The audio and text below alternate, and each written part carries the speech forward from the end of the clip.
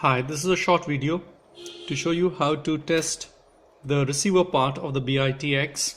It applies equally well to the BITX controlled by the Radiono or any other DDS or by the built-in analog VFO. So this particular one has the analog VFO, which you know is working if the VFO coil, which is this L4, is plugged in here.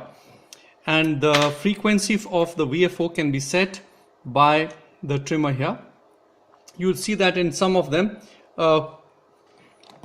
there would be a missing capacitor here. This capacitor is put in or taken out to fix the range over which the VFO operates.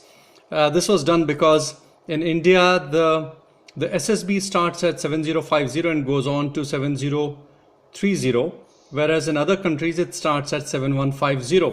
So in any case you will also be able to set the same thing using the trimmer. So it doesn't really matter, and in most of these boards you would find that the C95 is missing. So that's one thing. The other important difference between the two boards is this here. So here in the earlier batch you would see a preset here and two 1N4148 diodes there, here and there, whereas in the new board now we have a single dual diode SMD, which is actually well balanced, for which you do not require to actually fiddle around with the balance control. So with that out of the way and all the connections properly made, let's begin to troubleshoot this. With one caveat, just be careful that you have properly plugged in the antenna here. The black goes to the ground and the brown here will go to the hot end of the antenna. Now you don't really have to connect an antenna right now. In fact, I would recommend that you disconnect the antenna cable and switch the rig on. As you switch the rig on, the first thing that you need to know is whether the VFO here is oscillating. And to do that, on the Q7 here, you can touch the Q7's collector, right? The collector here on the right hand side of the Q7, and you would be able to see a waveform. Now this waveform here, as you can see, is at 5.116, which is a little high for our purpose, and we can use the trimmer to bring the frequency down to about 5 below 5, so that it covers the 7 megahertz band fairly adequately. Okay. So once this is working, the VFO is working, then we can proceed with figuring out how the signal is traversing through the receiver chain. But in case the VFO is not working, there are two probable points of failure. One of them is that this coil is not soldered properly on both ends. The other is that this VFO here might be shorting. I mean the VFO trimmer. So you can know that by, if you just touch it here, you see that sound which comes in. That's a characteristic that says that this trimmer is not shorting.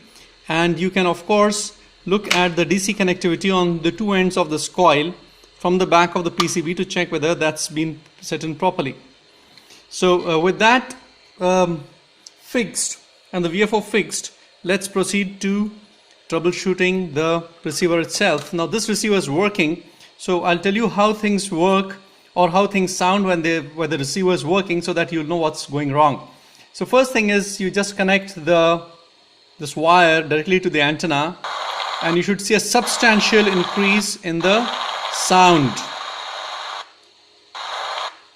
Off. Then I connect this back. So as you can see that there is a substantial increase in the sound, and if this happens, then you can be certain that the receiver is working well, provided you've set the frequency here properly. And as you can see, the current which is drawn is about 0.07 amps or about 70 milliamps in the new board, and it will be about 90 milliamps in the old board. Now in case you do not get this, so what you have to do is, you can start tracing the signal back from the audio amplifier backwards, audio amplifier, audio preamplifier, detector, to the second IF amplifier, first IF amplifier, RF amplifier, the band pass filter, and through the band pass filter out through the relay onto the antenna here. So let's start from this end. Now you see this particular capacitor here is the RF bypass which feeds to the audio amplifier. So the correct thing to do here is to basically test it here. And as you can see, you can hear this. It's not really an RF noise because this is at the audio frequencies, but it's more like a brrr, sort of an AC hum of sorts. And it's not going to be extremely loud, but that's fine. So if that happens, the next thing to do is, you see that this wire which is going in here and coming in here are to the two bidirectional amplifiers. Now the amplifiers on this end, you see that these three small black things are the transmit amplifiers, and on this end they are all the receive amplifiers. So let's touch it somewhere here, that is onto this capacitor here. You see this capacitor, so we'll touch it on the other end of this capacitor, and you can see that sound coming through. If this sound is not coming through, then it's probably that on this transformer the lines have got shortened here. So what you could actually take your tweezers and gently remove these windings apart, just pull them apart a little and they would work. You could do it on this side as well as on the other side. That should usually fix this. Now in case you are able to get this noise here, then you can proceed to the other side, which is here on this side. So the capacitor here, which is I think C31, if you connect it on the lower side here, you're going to get a fairly loud noise. And on the other side of the crystal filter, this will be much more subdued because only the 12 megahertz noise is able to make it through.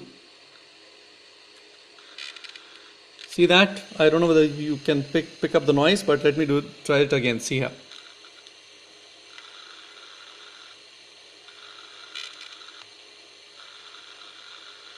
There, you can hear the noise, and I'll take this out and the noise is gone.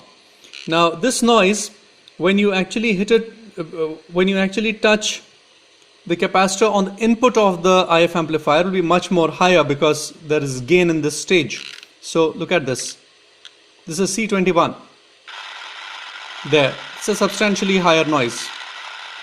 So if you are able to get this noise, it essentially means that from audio amplifier to the detector to the two IF amplifiers, it's all working.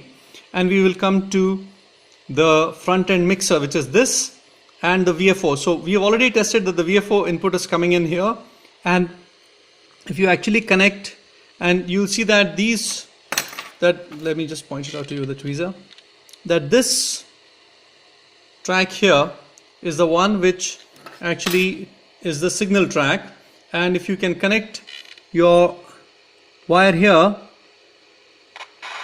you see that the noise is going up again. So this means that the mixer is working properly. Now in case you do not get this noise here, it essentially means that there's been a problem between these two transformers. And again, the thing to do is, let me show you this a little more clearly, if I can. See, what happens is that these windings at times touch each other, which is what results in the receiver going dead. So just pry them apart with a tweezer or a toothpick. Just pull them apart a little, and that should usually fix it. Now then, if you touch the wire here, which is here, you'll get a substantially higher RF noise in the receiver, which essentially means that all the stages until between the antenna and the bandpass filter are working. So now we have to figure out whether the bandpass filter is working properly or not. So at the antenna end of the bandpass filter, which is here, if I connect this wire here, again you can see that the sound is going up. If you do not get the sound, then skip the C2 and touch it on C3.